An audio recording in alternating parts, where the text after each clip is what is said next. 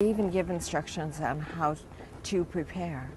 But there are many other things playing a part in it this time, including the alien issue. Now, what's your background and what led you to come up with the book? I had a near-death experience as a child at age 9, and maybe that led me to want to know everything from the deepest level. But I've always had this curiosity. Anything metaphysical, spiritual, knowledge of the deepest levels, in the 60s as a kid. I read Edgar Cayce, Ruth Montgomery, Jean Dixon, and anything else that I could find at the time, which wasn't a whole lot, not nearly as much as now. But I've always been gifted with incredible synchronicities coming through my life, meetings with key people with in-depth knowledge, including some of the original remote viewers who had 28 degrees of top-level secrecy above the president. And everything has, conspired to paint a clear scenario of what's happening and why. I could start out with explaining what my remote viewer friend had told me. Yes, I'm very interested in that. And can you mention his name? Was it Ingo? It wasn't Ingo. That I do know Ingo, and I have a picture with Ingo. But I don't know that I should mention his name, or if you want that. But he would be led through room after room in a top secret facility, through rooms, and then he'd get to a room full of aliens of different species. He said there were many different races, and some he Did he mention any? Mention the names of the races? No, he did not. But he did say that some were ugly as hell, to quote him, and he also said that some would be working at computers, which really fascinated me. And he had never really thought about that. He thought they were just entering things in. But their presence was well known among his level of people. And, along with the implication that they are here for a definite purpose, which is what I found out when I actually met Dan Fry, the contactee from the 50s, who was on the White Sands Missile Base, and then eventually met an alien friend of his. Can you go into that? Sure. I got 1977. I had studied Rudolf Steiner formally for 2 years, from 74 to 76. Steiner was an immensely gifted clairvoyant, even more so than possibly than Edgar Cayce, because he was consciously clairvoyant. Anyway, I met a friend from the Steiner Waldorf Institute between trains in Boston, and she said she had seen an aura balancing place in New Mexico.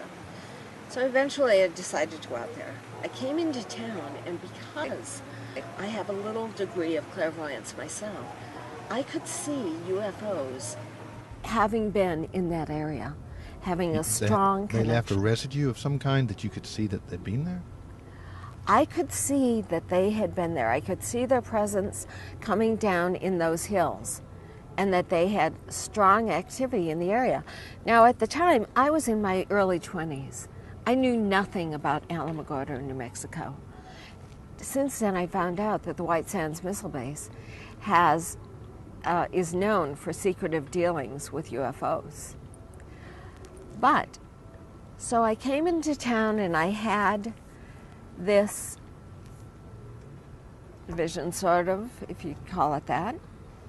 But this was 1977. This was a time when the whole subject was still very laughable due to disinformation. So I brought it up very carefully with the people I was staying with. Asked them if they knew of anyone who's had encounters in the area. And to my delight, they not only knew of someone, they knew personally Dan Fry, a contactee, and they said he wrote of his account. Well, I was ecstatic. Back then, you couldn't find accounts. So I couldn't get them to bring out his books fast enough. I consumed them. I read them in a day and a half.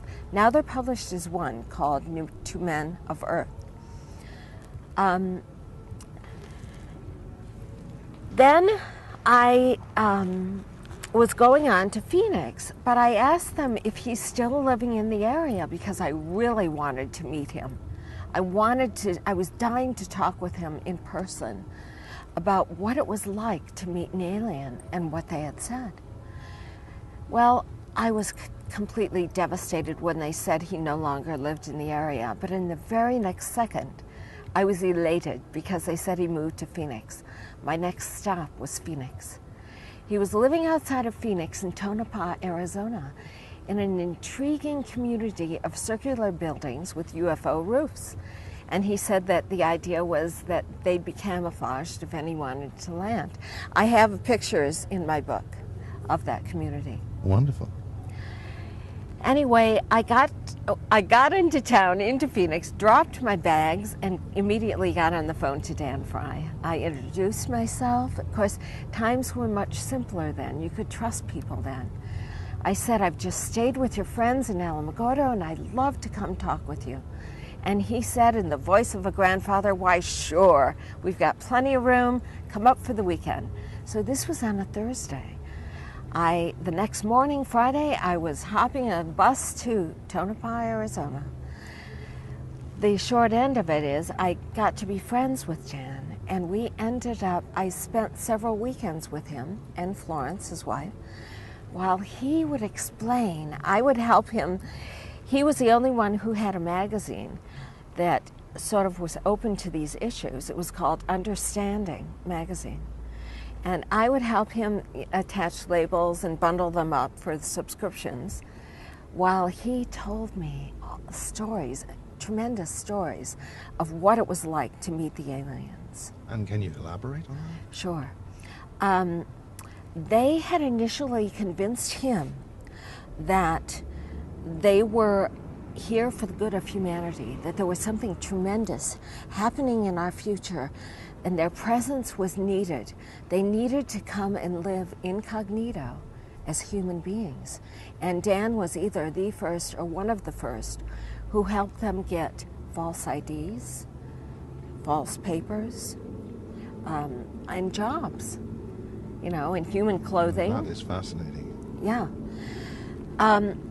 They communicated for 4 years before the first alien actually came down.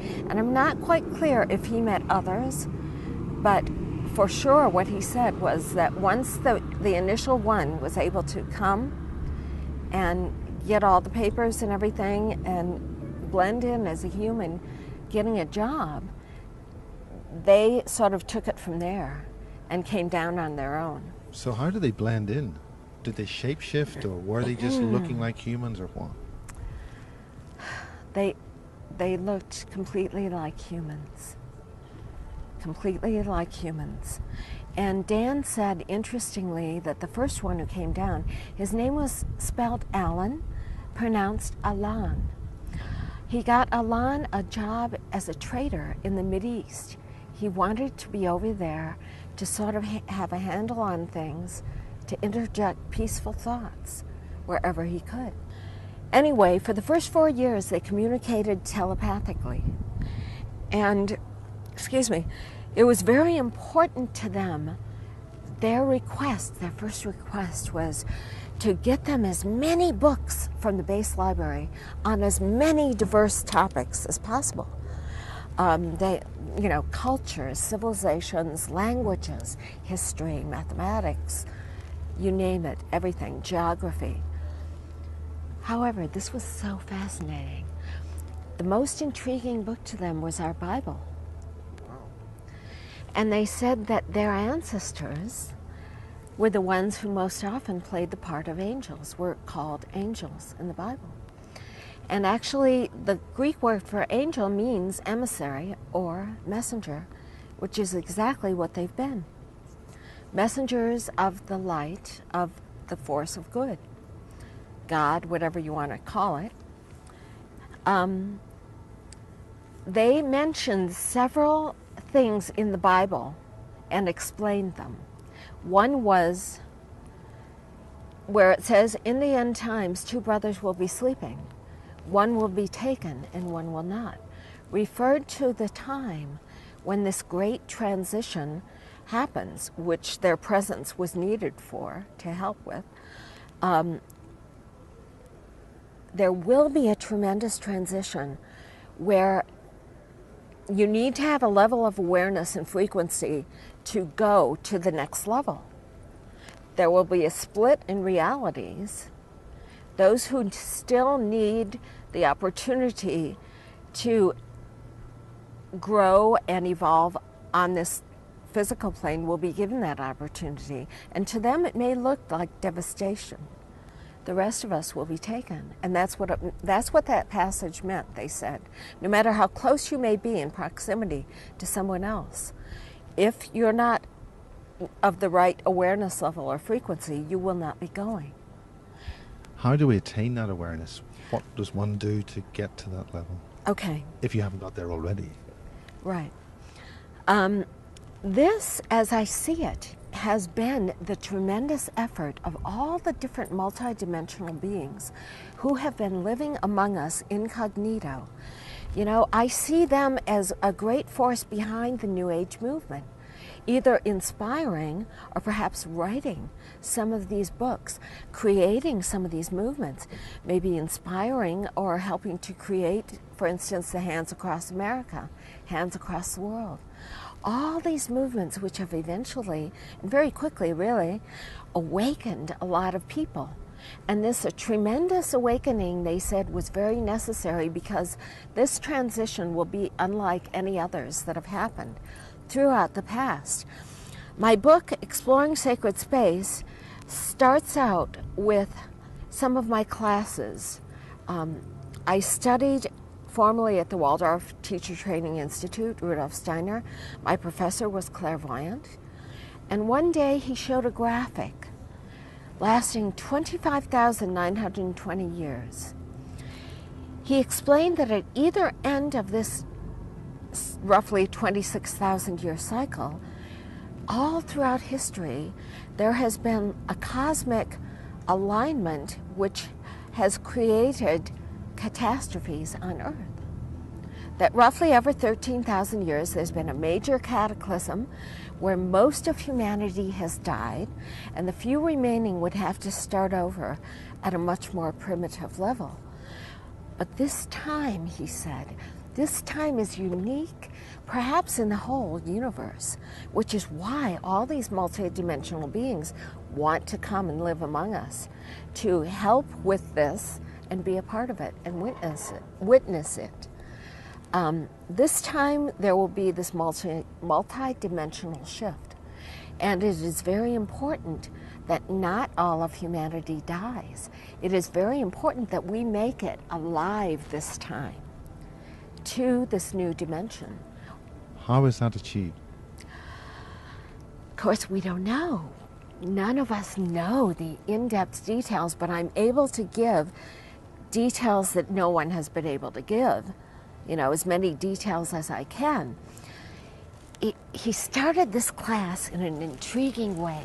Of course, he was from he wasn't from Britain, but he had a British accent. He was born in Austria. Werner Glass was his name. He had the profile of Alfred Hitchcock, spoke with an incredibly deep voice, dramatic British accent, and dark eyes that just pierced into your soul. Literally, I'm sure. He could see our past lives.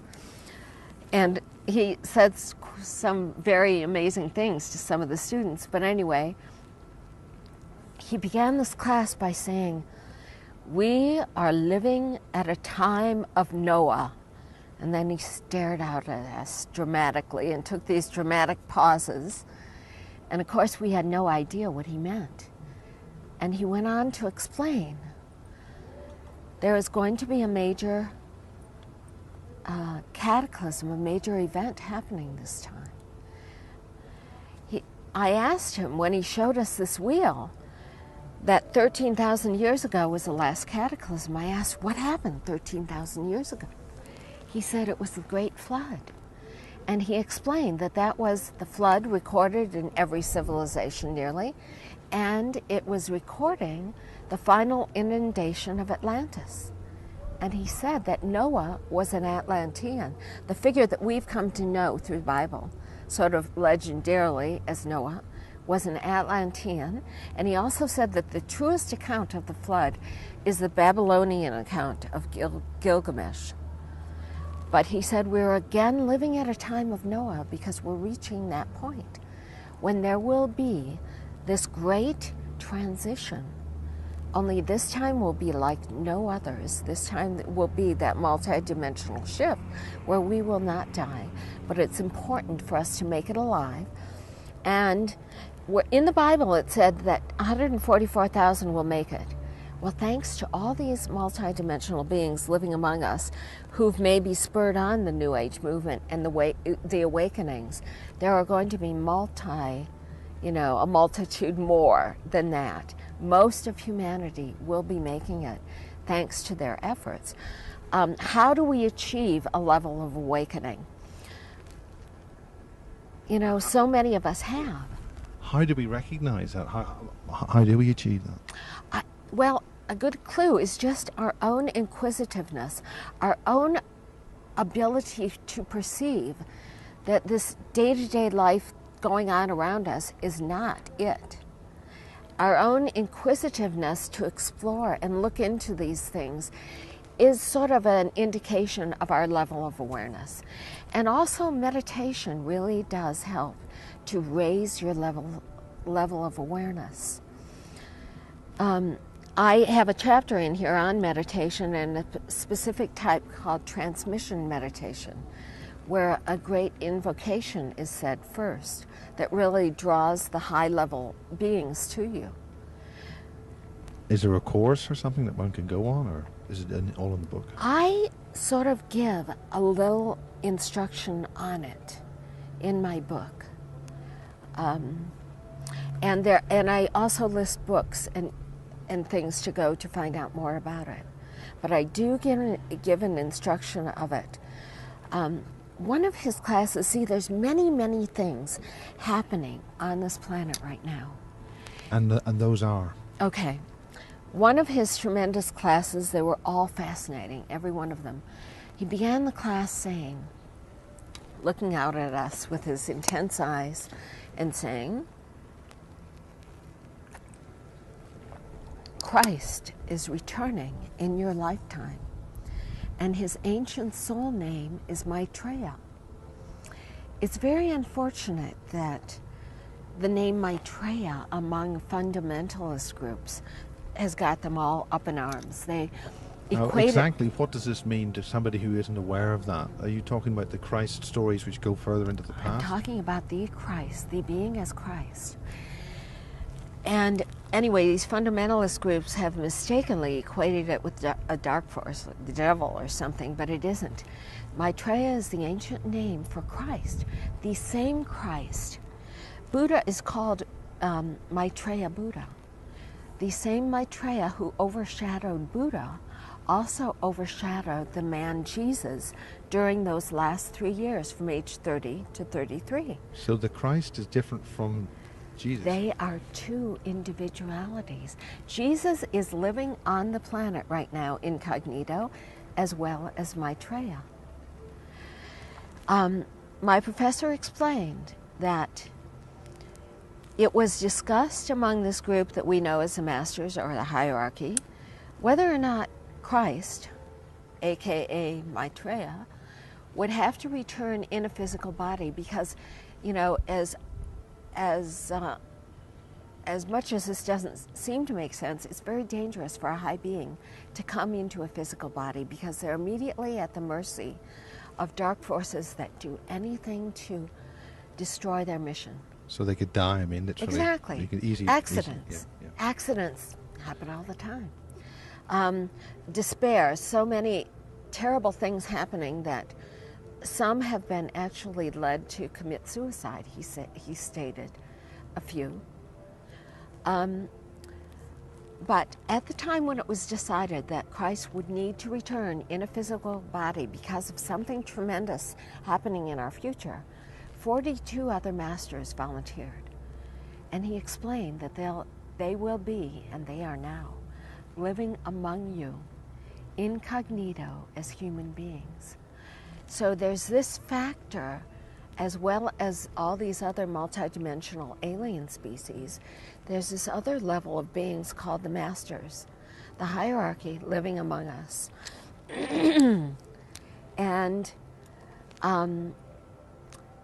working all that they can so that this major transition goes smoothly. Like I said, it won't be just the 144,000 who make it mentioned in the Bible. It will be most of the planet's population.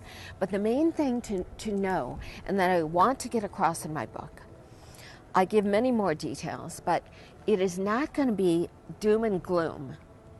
There will I think be, that's very important. That's the fear agenda, the doom and gloom. right, the fear. The book transcends the fear. The book is, everything else has been speculation and mostly negative. The book goes beyond that. It is not going to be a fear scenario. There will be a split in realities where, like I said, those who need the opportunity to still evolve more on this physical level will be given that opportunity. And if which is important. Right.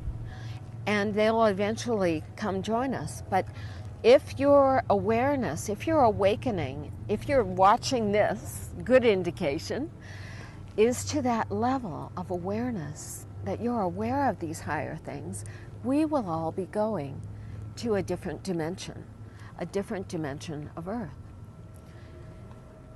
And he did Is give... that a new Earth? Like right, the this is the the Earth new is splitting Earth. off into, or is there a new Earth being born within the Earth, or is there one there already? All right. This is the new Earth spoken of in the Bible. This is the new Earth spoken of by Eckhart Tolle. This is what I've been given to understand, and I don't know if you want me to go into this other story of how I know. Let's go into the story. Okay. This is time to tell. Right. Like I said, my life has been one synchronicity after another. And 2007, June, I woke up in my bed and I knew that there were 3 books waiting for me at a used bookstore called Frogtown, way across town, a bookstore I had never been to. Since a near-death experience, I don't drive. So I longed to go there because I love discovering things, but I had never been to this bookstore. I knew that 2 of them were about the masters, a subject which, ever since my professor spoke about it, has intrigued me. And the 3rd I knew was by Ingo Swann, the man who developed the remote viewing system, who I've since met. Well, Ingo's books are out of print, and some can sell for hundreds of dollars, so this was an exciting prospect. I got out to the bookstore. I said to the lady, "Where are your sort of spiritual metaphysical books?" She said, "Go down to the 3rd aisle, take a left, go all the way to the end, they're at the end." I went to the 3rd aisle. I took a left. For some reason, I looked immediately left. My eyes fell on the spine of a book which had been out of order, waiting for me. It was called Extraordinary Times, Extraordinary Beings, Experiences of an American Diplomat with Maitreya and the Masters of Wisdom by Wayne Peterson. I went on to find Letters of the Masters of Wisdom by the Theosophical Society, and I'm thinking now, okay, right.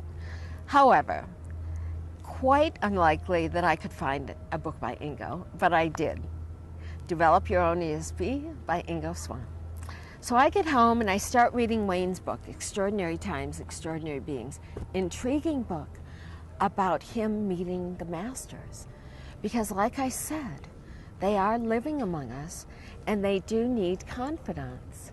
And they do have confidants. A man named Benjamin Crumb in the UK is a confidant of Maitreya, and he has spoken of it. So I start reading the book. It's intriguing, but I don't have time. Months go by. I'm dashing out the door. my eyes catch the book and I bring it to read. As I'm reading it, he says he had been led to move to Las Vegas, of all places. Well, it so happens that I'm going to, in October 2007, a remote viewing conference in Las Vegas. So I'm whimsically thinking to myself, I would love to meet Wayne Peterson.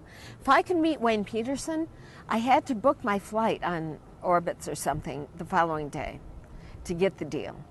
I had to book it the next day. But I'm thinking, if I could meet Wayne Peterson, I would book my flight in the morning for a day early to meet Wayne. But it was just a nonsensical thought. But as I'm reading, I keep reading, and he says, after he moved into this development that he was led to move into, he found that Dannion Brinkley lived there. Now, Dannion had 3 near-death experiences, was struck by lightning twice. I had already seen Dannion's story on TV and was familiar with him.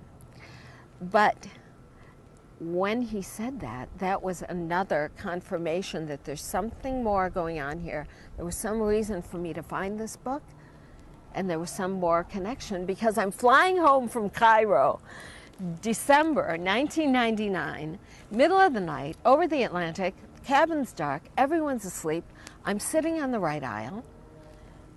I see a man coming back from first class on the left aisle. He crosses over to the right. I see that it's Dannion Brinkley. He walks back toward me. Coincidentally, there's an empty seat beside me. I scoot over. He sits down. We share near-death experiences. And, you know, I said I have this little bit of clairvoyance. I had this overwhelming feeling. Dannion is now involved with helping with this whole process that's coming to Earth.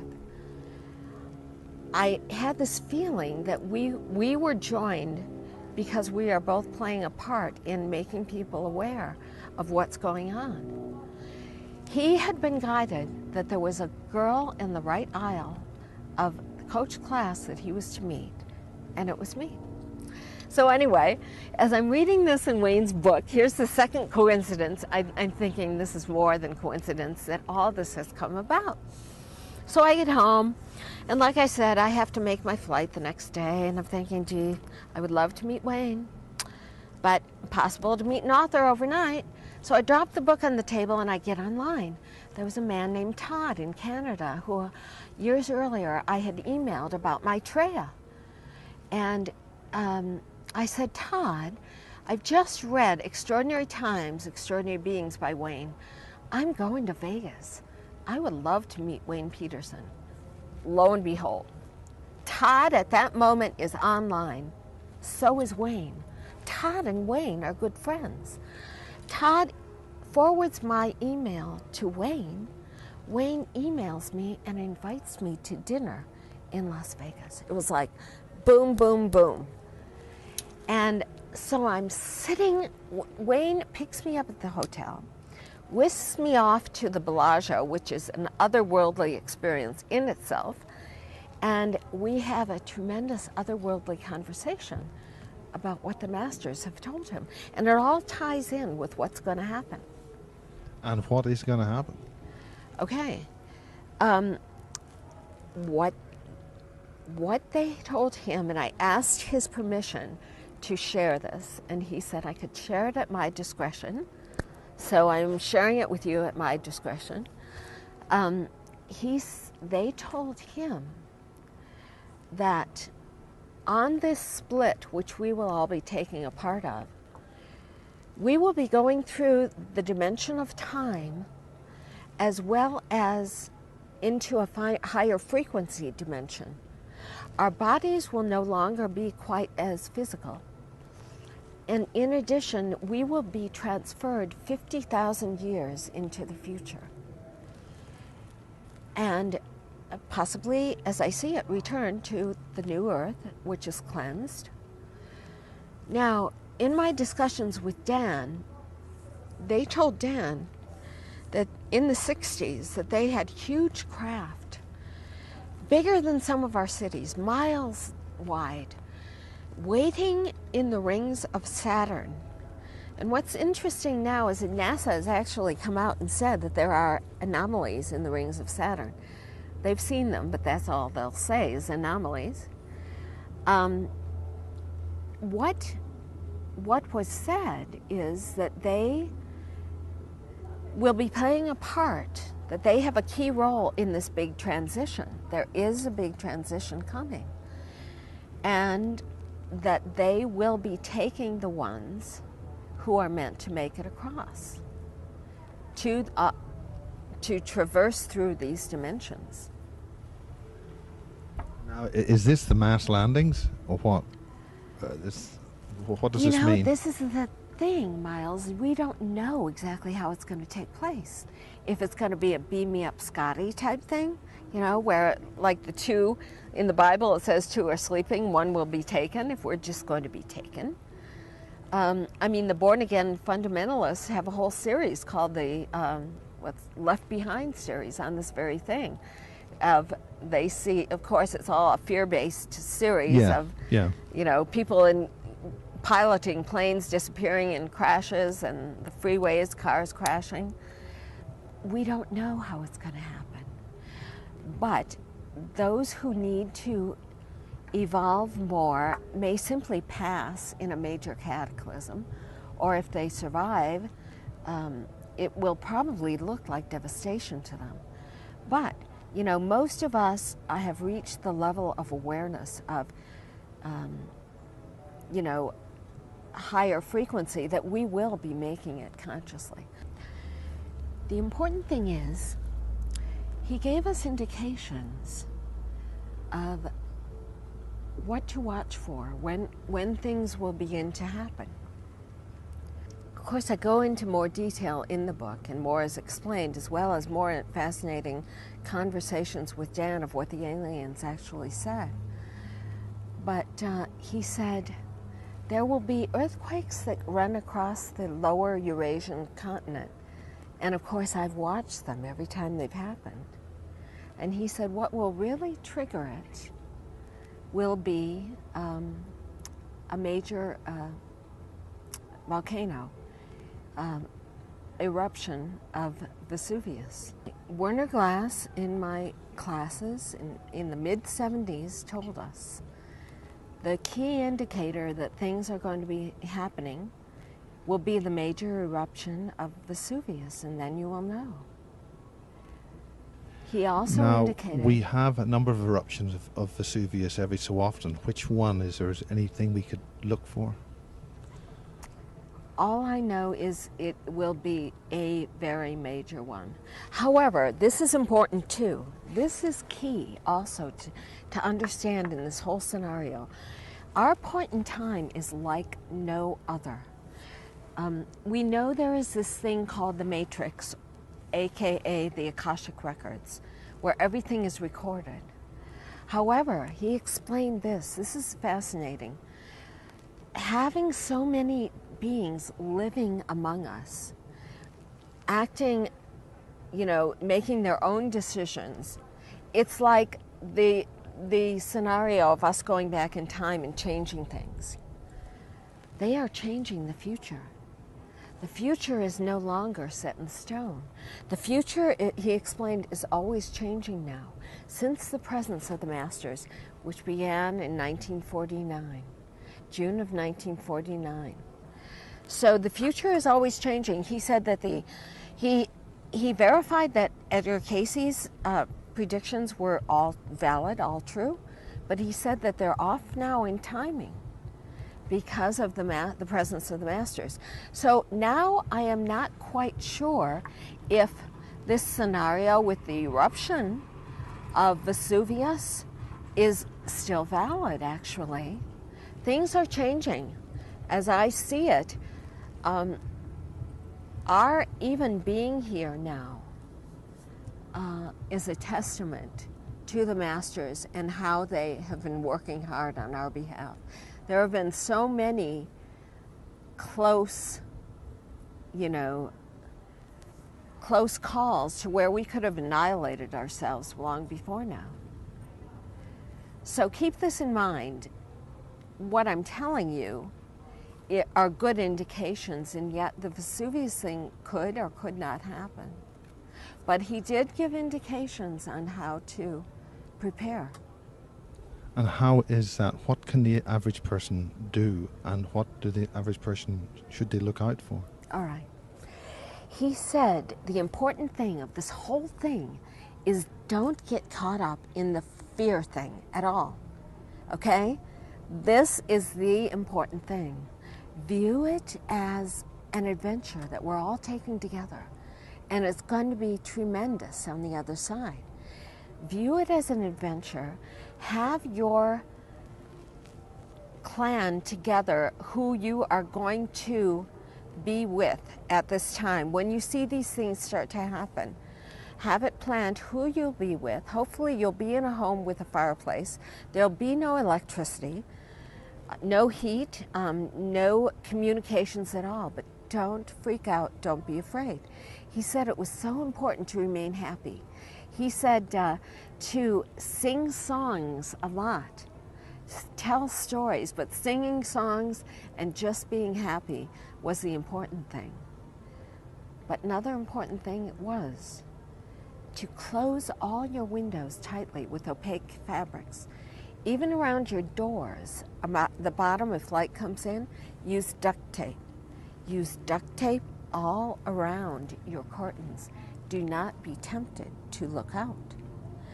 There's a very fascinating video. At what time does one do that? Obviously, one has to come in and out of the house, or when do we do that? What's his time? There's a fascinating video by Michael Tsarion, Tsarion. He gives a lot of the information I have given from a scientific view. He gives that wheel of 25,920 years. He explains that we'll be going through a photon belt, which will, as I see it, could be the projector into the other dimensions. Now, you know, what he said kind of made me think of Lot's wife, who looked and was disintegrated. It's extremely important that even if we hear howling winds, things banging, we do not look out the window. That's an important key. And there again, it could possibly be that we are taken before this. This was going to be, come to think of it, the 3 days of darkness that he was describing. Yes, and it's been mentioned that the 3 days in 2012, of darkness, right. There's a minister of Japanese government, or the royal family, I believe, has made some statement about 3 days ago. Yes. Okay, this is another YouTube that I want people to look at. If you type in these 4 words, Princess Kaoru, Kaoru, a mile-long last name beginning with N, Princess Kaoru Pythagoras Conference, Pythagorus. Princess Kaoru explained that her third eye was open. In other words, she became clairvoyant. And of course, none of us knows the exact dates of this, but I'm just saying this could be another clue. What she was given is that the 3 days of darkness will begin on December 22nd. And so I would suggest that you watch her video. But as far as timing goes, we don't know except to go by what she says. But the important thing for these 3 days of darkness is to be happy, remain clustered in your home, hopefully with a fireplace if you're in a cold zone, and just be happy. The main emphasis and message is that this is nothing to be afraid of. This is a transition that has happened regularly throughout time, but this will be like no other. And that there are many beings living among us who have been helping with this. And so, let's concentrate on the information people can get, specifically from your book, or any other sources that you feel that they would need to address. Right. The book gives much more information in detail, and it's information that people need to know now. Like I said, it's a different perspective. Everything else has been speculation. This is from the masters from clairvoyance, from the ability to know and to see what is coming and why. And it's really good to see that graph of the ages, of how we are going now from the Kali Yuga, or the Piscean age, into the age of Aquarius. And it's this major transition that occurs regularly throughout time. If you go to ExploringSacredSpace.com, you'll see the book and you'll be able to order it. And you'll also, there are links to the other interviews that I've had on it. I just interviewed last week with James Gilliland of ESETI, and I've also interviewed with Regina of CMN.TV.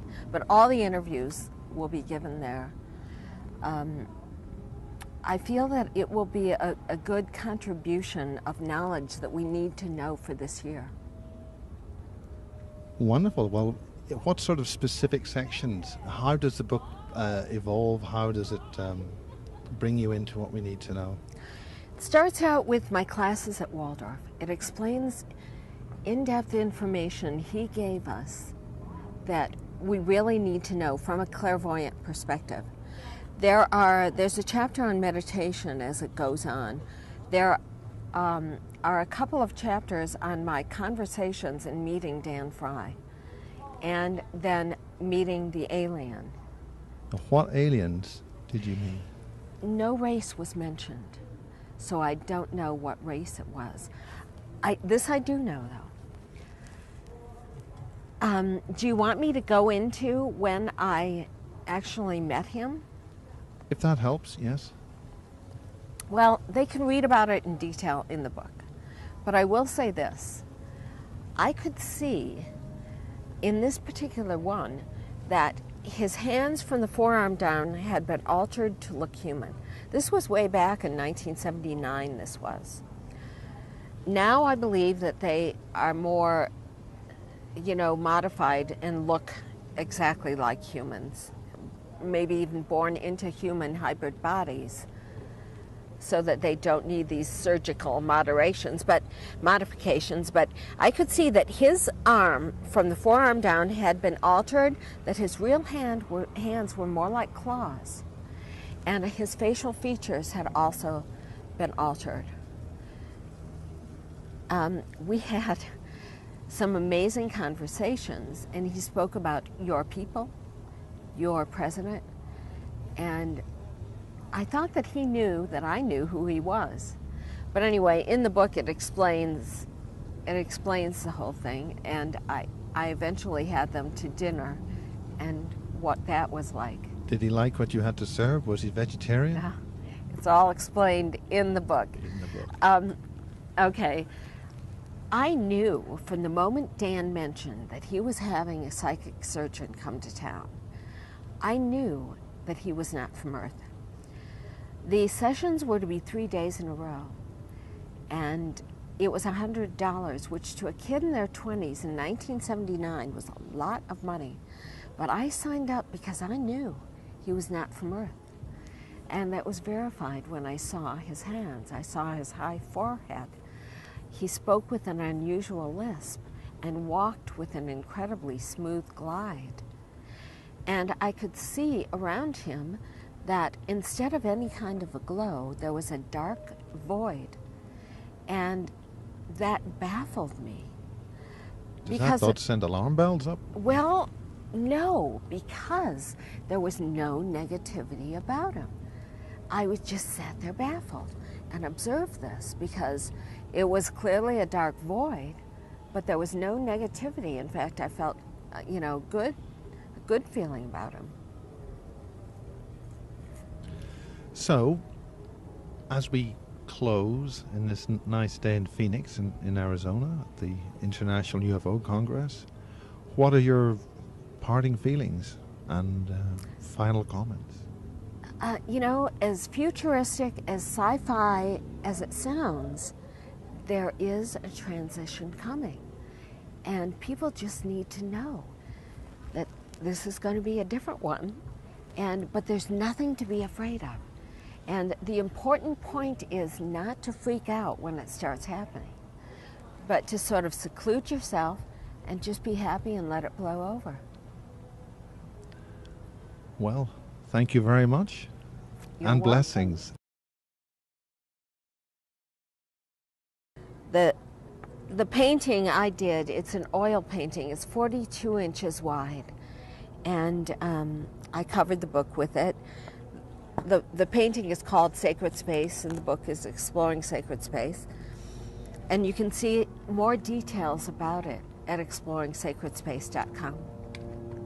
This is it for right now. I've written little pamphlets on, and given talks on explaining meditation, explaining the masters, that I've just handed out, but I've never really published a book till now.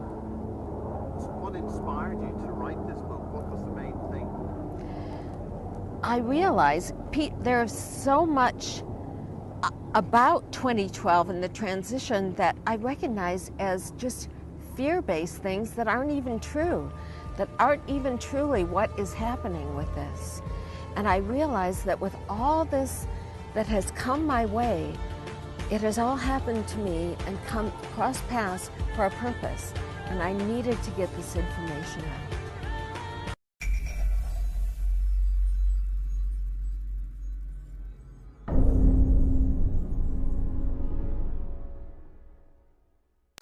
Miriam, how are you? I'm fine, really. Like close? Yeah, no, I'm Oh, you have to get the secret DVDs out of the secret car. And what are you here for? Well, I'm still trying to figure out why I'm here. But that's the fun. That's the fun part of it. Any major statements to humanity? Hard.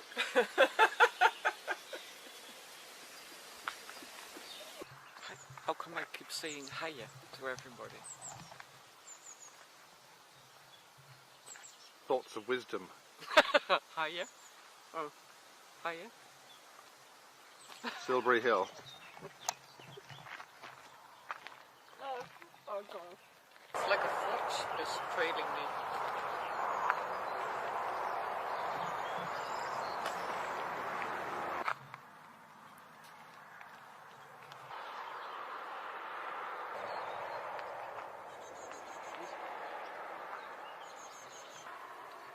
It's full.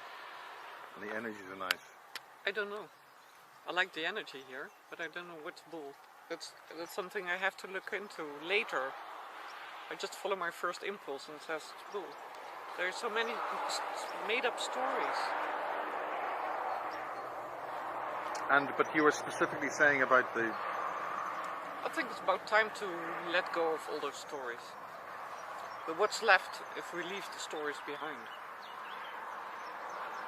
That's intriguing. So what stories are you specifically making reference to? All the stories we heard this morning, all the stories you were telling, all the stories that I was telling. Well, a specific reference to this sign that you said is bull. Yeah. Yeah. I don't know, because I didn't even have my glasses on, so I didn't. The way it was made. Yes. So what are you saying?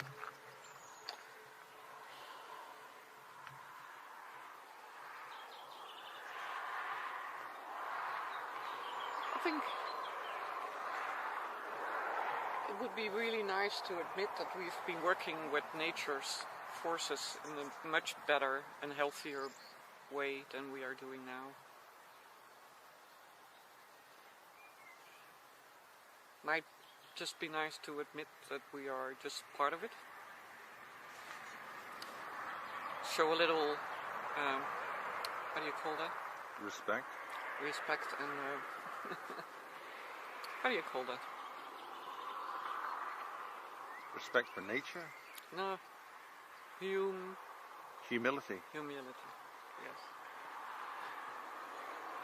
But for me, you know, admitting that we're just part of it, being little, showing some humility, makes me bigger.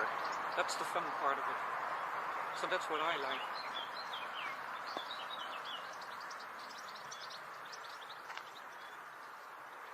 Good. That's true. You like the energies here? Yes. Although I feel like I like to be on the other side between. West Kennet Long Barrow? Yeah. To feel the triangle. To be in the triangle here. Between Silbury Hill, Avebury, and. But the West Kennet.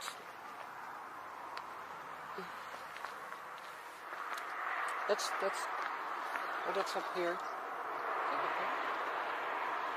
Oh, it's here.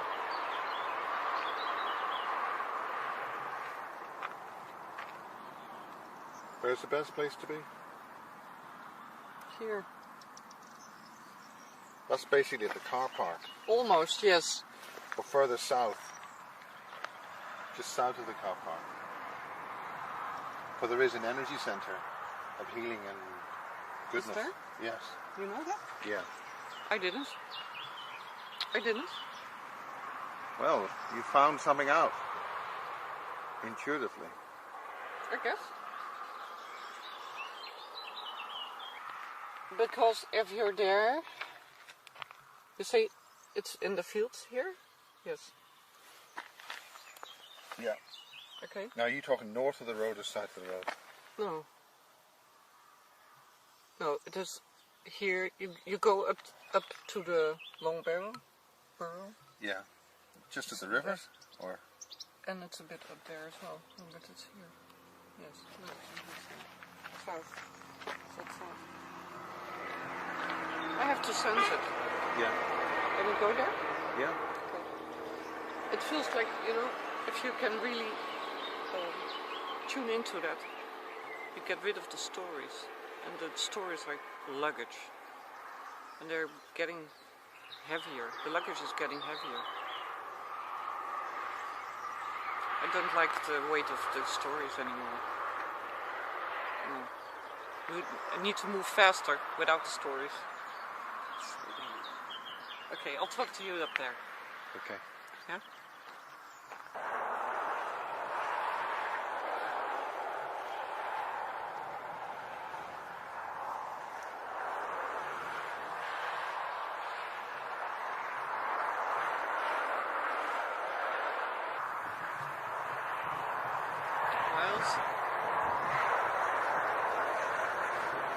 There have been dancing along the stones from Avebury. The stones from Avebury? Well, you got those roads, the legs from Avebury, where the men and the women went. We've been women at the same time. We've been dancing there. I feel like I'm among relatives here, which is nice. Special. On some of the lines you can feel it easier. So I try to stand on a earth grid line so I can feel the connection better with all the old lines in the earth. But we've been here before. But you were a woman. And so was I. But we knew how to dance. We enjoyed it. We did.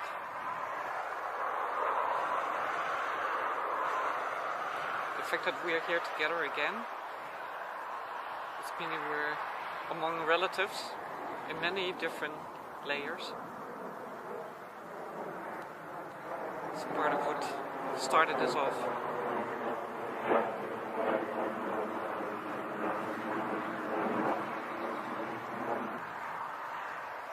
And?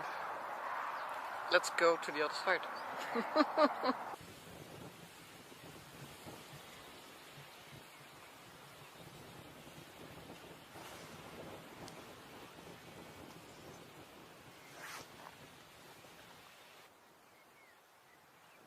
Daisies.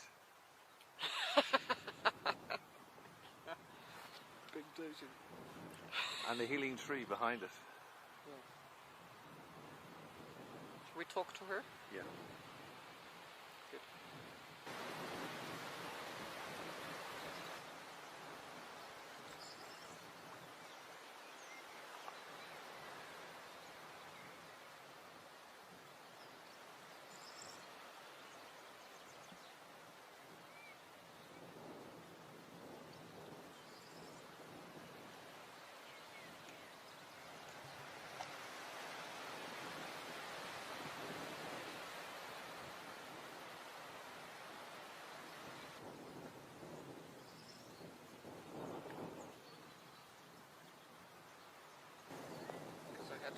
respect to this old lady. Couldn't do it. I mean, so I did.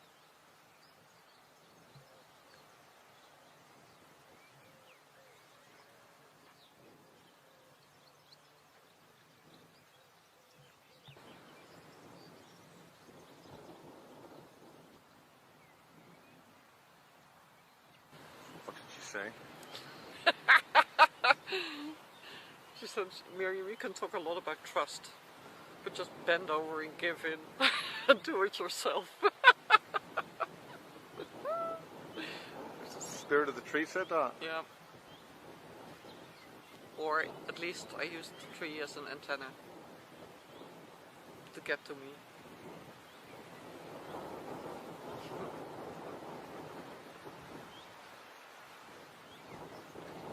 So, I apologize, I'm full of bullshit as well. And you know what? I don't care.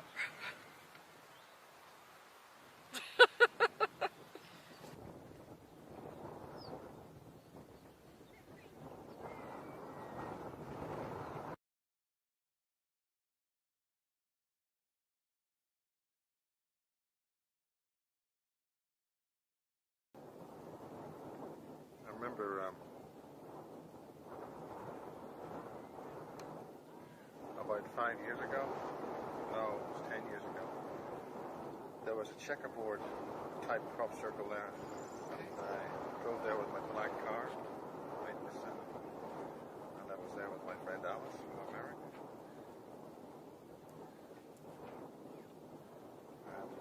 Planes overhead, and the Daily Mail took a picture. That was in the Daily Mail the next day. It's the only time I ever got into page 3 of a newspaper.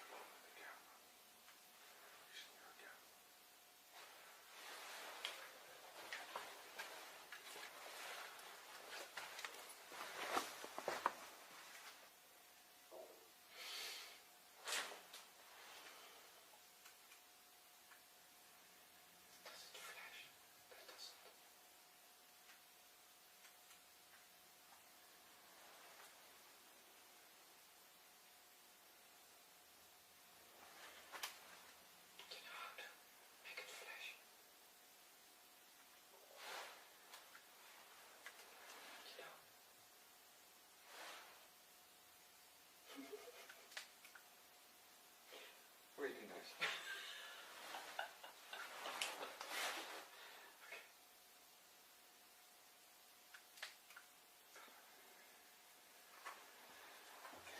Some more.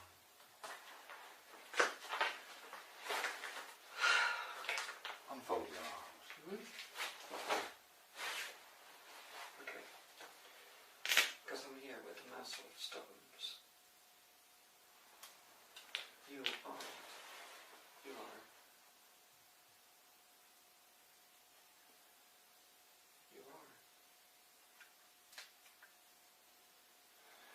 I think you got some nice pictures there. I'd like to take some of my camera. Whoa.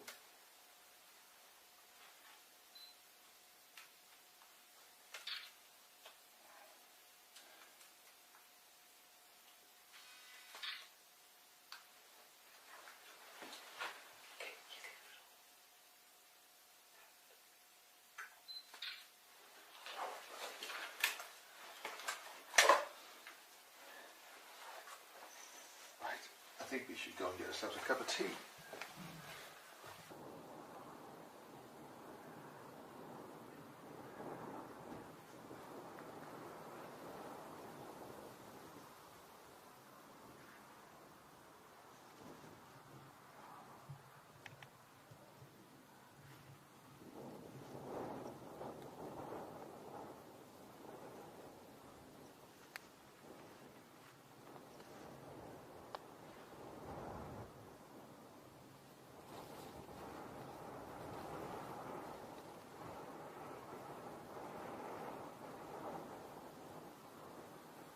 Well, Miriam, what's your verdict on this crop circle, the first one we've been in 2011? It's a bit messy. But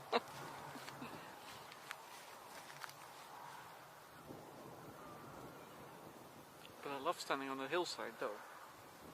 It's messy.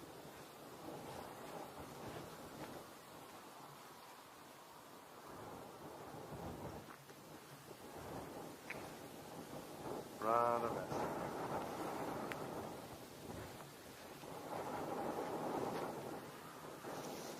And tonight, we have eclipse of the moon, rising, eclipsed. Isn't that a thrill? What time is the eclipse? It'll be 9:15. And this clock is still saying 1 hour in GMT, so it's in less than 3 hours. 2 hours, really. That means we've got about 2 hours of daylight.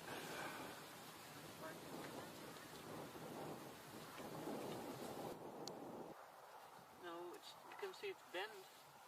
See? Focus. That won't focus. It's a beautiful knob. Show it's bent. Which? Right?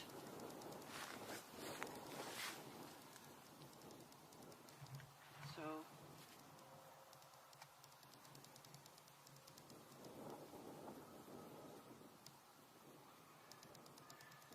Yeah.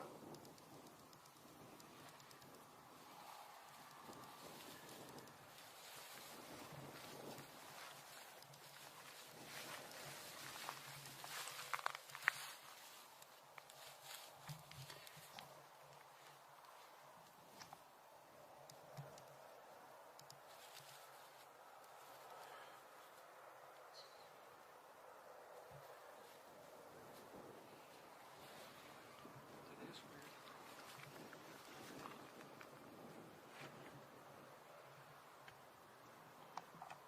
You would say that would be the center. This is the center.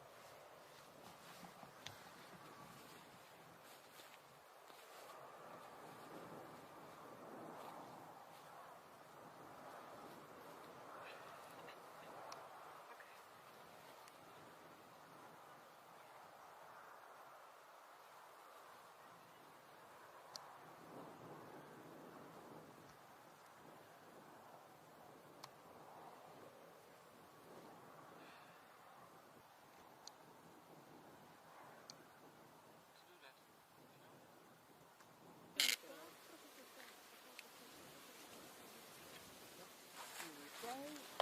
Takes a few seconds to get it to work, doesn't I see my hair in it? Yeah. front of the lens. That's good. Yeah. There What it do you goes. There it feel? goes.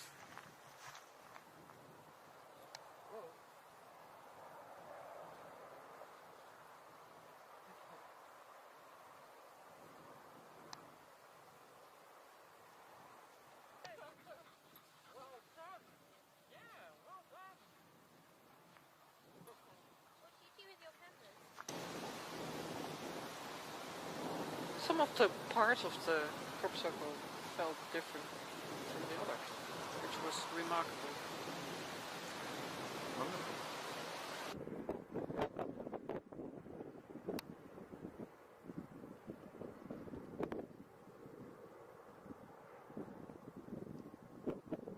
Hello, darling.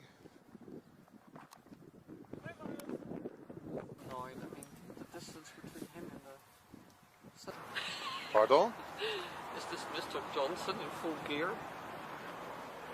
It is. You're referring to my executive style sun repellent, huh? The camera experience I had. On the tour at Glastonbury? Yeah. Yes. Yeah. And then we went to St. Michael's Church.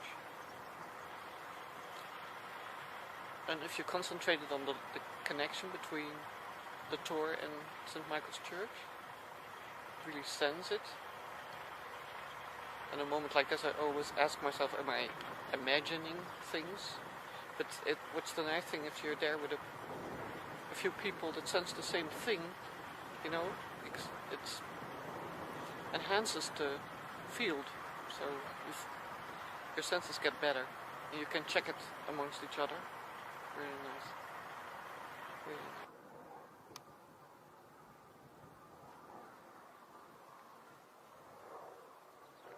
Looks like we're right here. I guess you pointed out with behind the barn. I see. That's the. You want to go first? Yeah.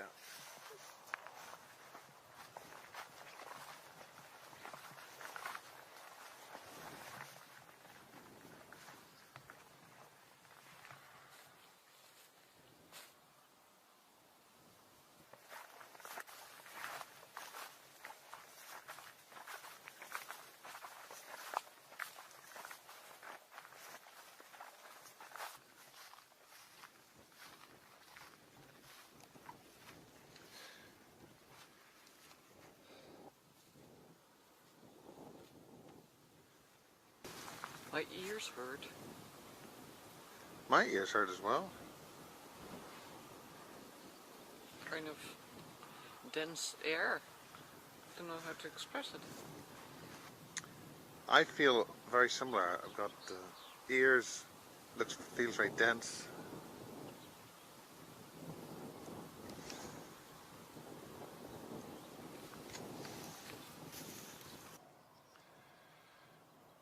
Do you mean by the stories going on? Well, the stories, you know. People telling that every corpse hook is being handmade, human-made. There's no real significance to the circles anymore.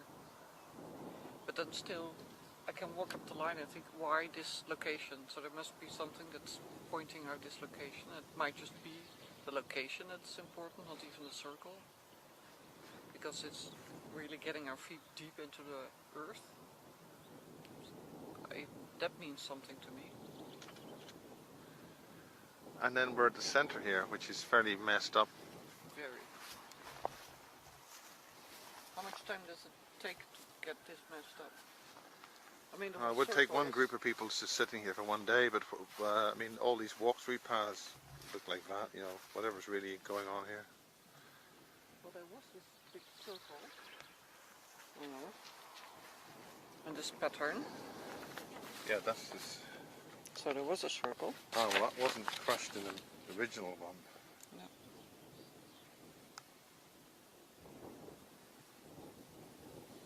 But still, the pattern inside looks very irregular. Yeah, it looks just messed up by a bunch of guys with a rope.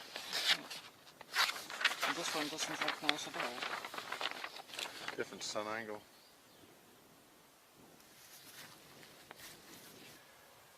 And there's two people. I think there's some people in the middle there, which have been. There's fairly high, fairly low sun angle. Yeah.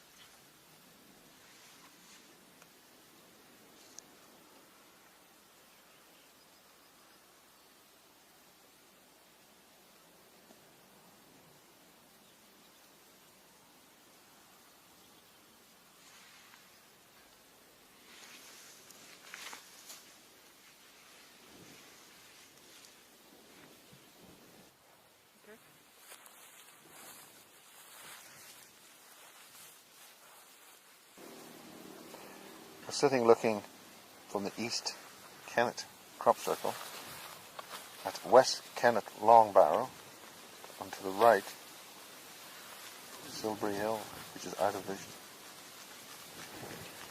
Why is the long barrow here?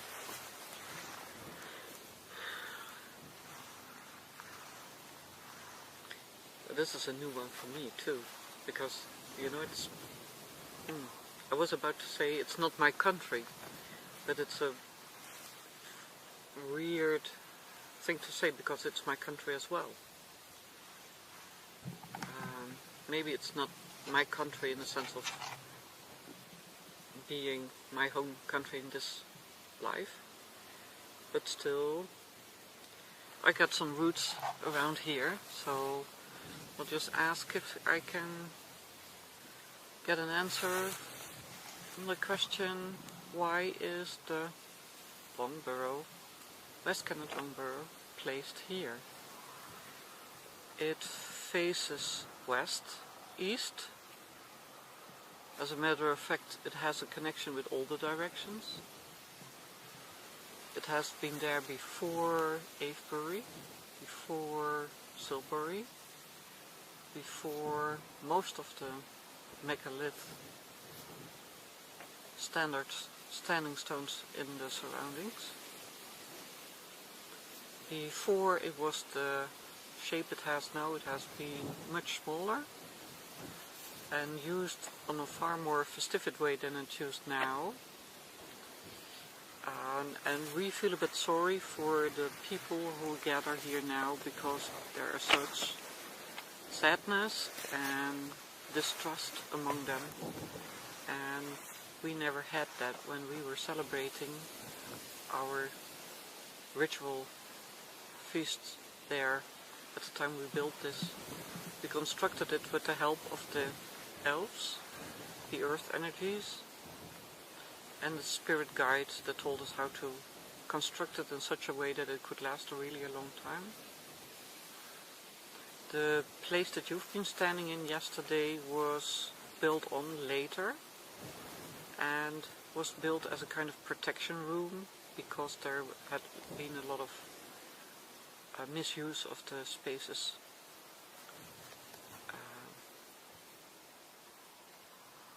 We really planned this place to be a place of celebration, and the things that happened afterwards were not celebrating. Nevertheless, you ask us why it's placed here. It's because through the earth it has a connection right away with some other portals on the earth crossed on the other side of the earth. So there, if you go through the earth, there will be another spot the other side of the earth, but it will, within the earth there will be connections with other places. So we were basically a stationary to direct the crystal waves that would be sent out, and that's why Miriam is here now to talk to the crystal specialist Miles Johnston. Yeah! He knows about broadcasting, tuning, fine-tuning, and he will need his intuitive abilities far more than he did up till now, and use all the things that he has been gaming with, playing with, in a serious manner, but still keep the sense of play. If you come back to the Long Barrow, be aware of the fact that there are connections with crystal, so to speak, radio stations on other places in England, but further on to France, Italy, Egypt, and on the more in the direction of the North Pole, where there's no North Pole anymore, but there used to be. And you will pick up information that will help you get your jobs straight, because you want to work as an engineer on this broadcast show that we're gonna put up next year. You want to be part of it. You will be part of it. Still, it might be useful to clear some of the stuff that you have in your house, so it will be more obvious to us that we are welcome in your house to be working on this new job, instead of spending any energy on getting away for old jobs. We think you did a great job yesterday night in clearing old energies and making the pathway free for absolutely new, challenging situations.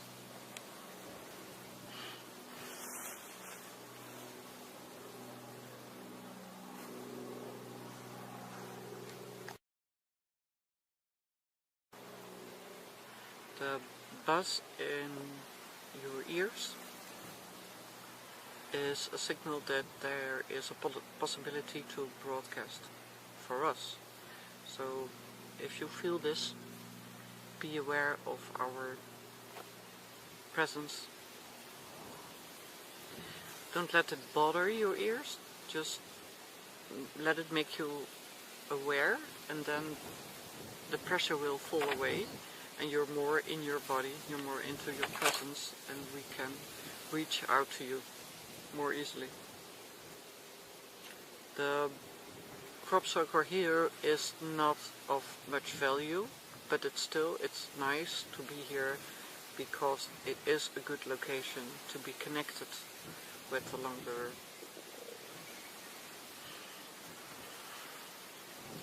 And Miriam, your arse is really on the right spot in this circle. Oh gosh.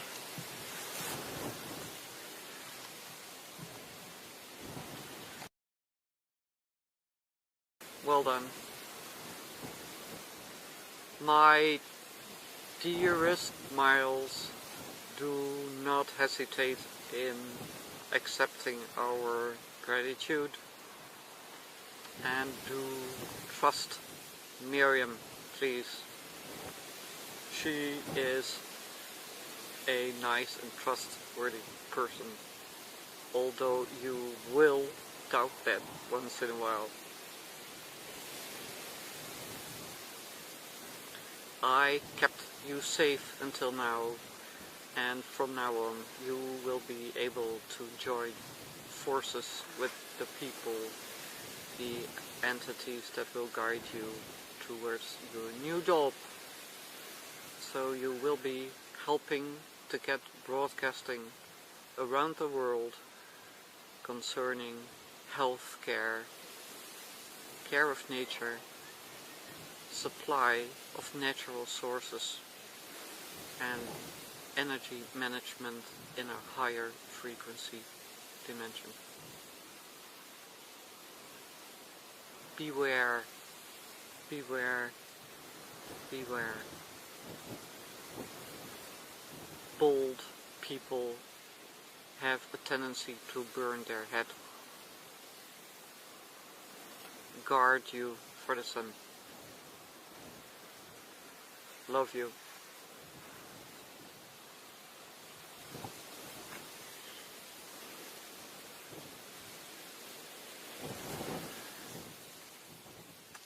Miriam, are you saying that those higher energy and higher being, highly evolved and wonderful beings are calling me a fucking slaphead?